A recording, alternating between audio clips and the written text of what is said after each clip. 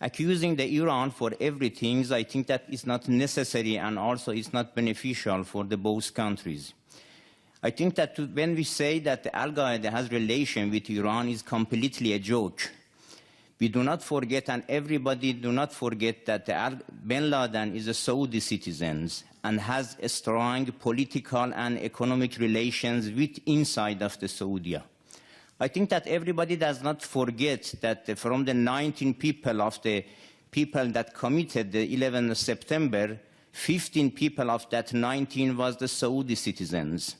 So it seems that, and also now in this room, I think that many people also knows that which country or which countries has supported the Daesh for many years. Just I would like to mention that the things that Minister mentioned here is completely against and opposite to the policy of the European Union leaders and even United States that does have relations with Iran regarding especially the recent cases of the nuclear negotiation. And also there's some kind of the relations that also Iran has with other regional countries shows that Iran also has some kind of the logical policy. Inviting Iran to present in the coalitions that for the things that for them solving the problem in Syria shows that Iran is a main partner for the solving the problem in the Syria. That's all. Now on the third issue, the Honorable Consul General from Iran, I didn't say anything that was not based in fact. Doesn't the Iranian constitution say export the revolution? Doesn't the constitution say take care of the Shia, the dispossessed, as you call them? Didn't Iran create Hezbollah? Didn't Iran attack more than a dozen embassies inside Iran in violation of all international laws? We didn't attack them. Iran did. Didn't Iran manage, plan, and execute the 1996 attack in Khobar Towers against the American Marines? Yes, they did. The control officer was Brigadier General Sharifi. You're a military attaché in Bahrain. The bomb maker was Hezbollah. The explosives came from the Bekaa Valley. The top 3 leaders of the plot escaped and have been living in Iran ever since. Isn't that sheltering terrorists?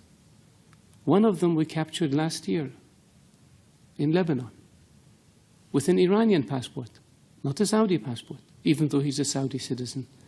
Isn't that aiding and abetting terrorists? We didn't make this up.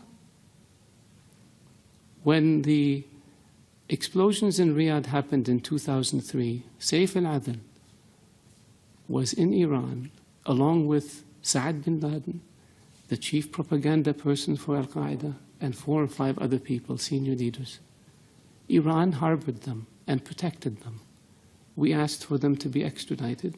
It was refused. Some of them are still in Iran. We didn't invent this.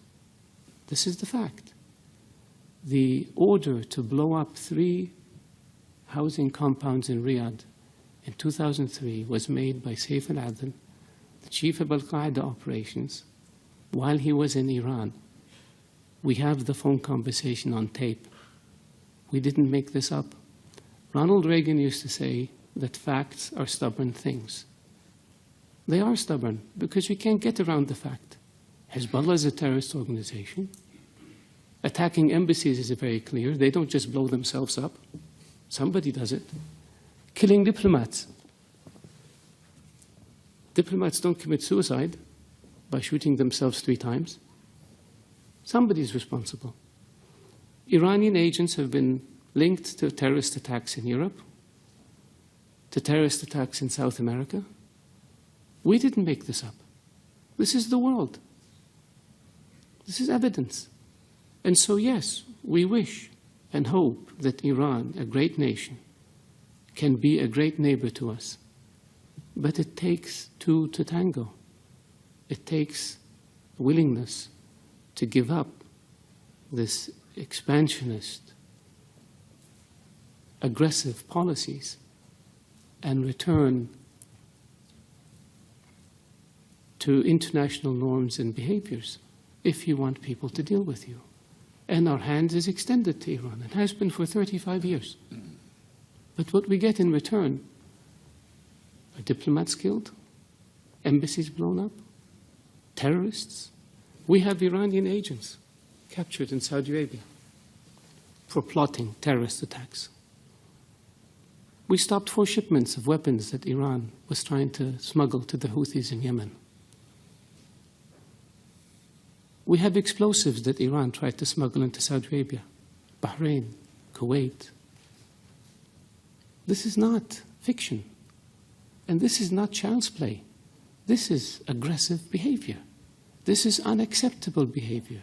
This is behavior that violates all norms of international behavior and international law. That's why Iran is designated as a state sponsor of terrorism, and that's why Iran is sanctioned for its support of terrorism, not by us, by the international community. So could it be that the whole world is wrong and Iran is right? Could it be that maybe international law that says peaceful relations and non-interference in the affairs of others is wrong, and Iran's approach of aggressively pursuing your objective, irrespective of how you do it, is correct? I don't think so. So if you want a Saudi official to not be critical of Iran, behave in a way that doesn't expose you to criticism. And so far, your history has been one of death and destruction, disregard for international law, and disregard for principles that have existed since the advent of nations, which is good neighborliness and non-interference in the affairs of others.